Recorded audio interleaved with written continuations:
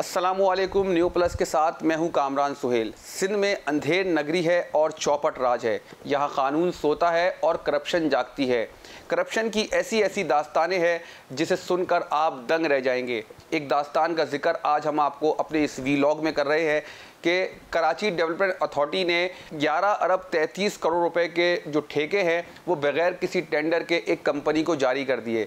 इस बात का इंकशाफ जो है वो सिंध कॉन्ट्रैक्टर एसोसिएशन की जानिब से एक ख़त वज़ीर आला सिंध को तहरीर किया गया, जिसमें इस बात का इंकशाफ हुआ है कि KDA ने एक निजी कंपनी को जो है वो ये ठेके दिए। तकरीबन ये 11 अरब 33 करोड़ रुपए की रकम का ये ठेका उनको दिया गया था और वज़ीर आला सिंध ने भी जो है वो इसकी तहकीकात का हुक्म दिया है और इस हवाले से एक कमेटी कायम की है जिसमें नासिर हुसैन शाह जो कि वज़ीर बल्दियात हैं वो होंगे। इसके अलावा वज़ीर planning and development jam Khan sorrow भी जो है वो इस कमेटी का हिस्सा होंगी जो इस बात की तहकीकात करेंगे।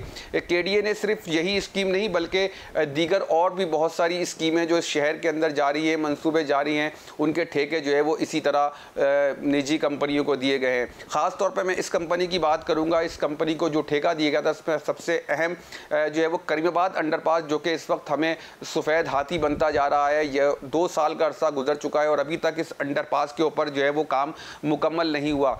इस अंडरपास की जो कॉस्ट भी जो है वो बढ़ चुकी है। 700 मिलियन से 3800 से ज़ायद मिलियन रुपए की जो है वो कॉस्ट ये बढ़ चुकी है और जिसकी वजह से जो है वो कौमी ख़जाने को भी बेतहाशा नुकसान हो रहा है। सिर्फ यही मंसूबा नहीं बल्कि शहर के दीगर इलाकों के अंदर जो मंसूबे दिए गए हैं उसके अंदर भी सूरत हाल यही है। निजी कंपनी को ठेके दिए जाते हैं, ये पैसे बनाते हैं और उसके बाद जो है वो यहाँ से रफू चक्कर हो जाते हैं। तहकीकात बहुत सारी होती है। वज़ीर आला सिंध ने इससे पहले भी सड़कों की तामीर के अंदर नाक़िस मटीरियल इस्तेमाल करने पर बरहमी का इज़हार भी किया था, लेकिन उसके बाद इन्हीं कंपनियों को जो है वो ठेके दे दिए गए थे, जिसकी वजह से जो है वो पहली बारिश के अंदर कराची में जो सड़कें तामीर की गई थी वो सब बह गई है। इसमें ख़ास तौर पर मैं जिक्र करूँगा जहांगीर रोड का। जहांगीर रोड का मंसूबा भी जो है वो कुछ इसी तरह की सूरत हाल से दो चार है।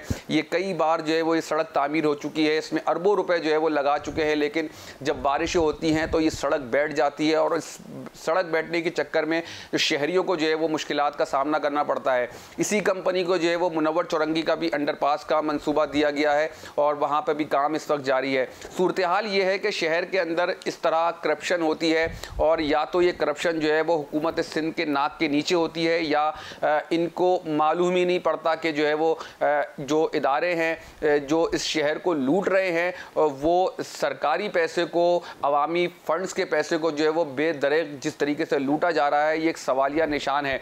हुकूमत सिंध की जानिब से जो है वो इसके ऊपर तवज्जो नहीं दी जाती और यही वजह है कि जो है वो शहर का जो वो इस वक्त कोई पुरसाने हाल नहीं है। शहर जो है वो इस वक्त शहर नारसा का जो है वो मंजर पेश कर रहा है। जगह जगह गड्ढे हैं, शहरी इस गड्ढे के अंदर गिरते हैं। हर इतनी ख़राब सूरत हाल है कि जो है वो शहरी जो है वो बाज़ औक़ात हमारी उनसे बात होती है तो वो इतने भरम हमें नज़र आते हैं कि जो है वो हुकूमत को कोसते नज़र आते हैं। लेकिन ये एक बड़ा करप्शन का जो स्कैंडल सामने आया है जिसमें 11 अरब 33 करोड़ रुपए के ठेके एक निजी कंपनी को जो है वो बगैर किसी टेंडर के जारी किए गए हैं। वज़ीर आला सिंध भी इसके ऊपर जो है वो तहकीकात कर रहे हैं। अब ये देखना है कि इस तहकीकात के अंदर होता क्या है।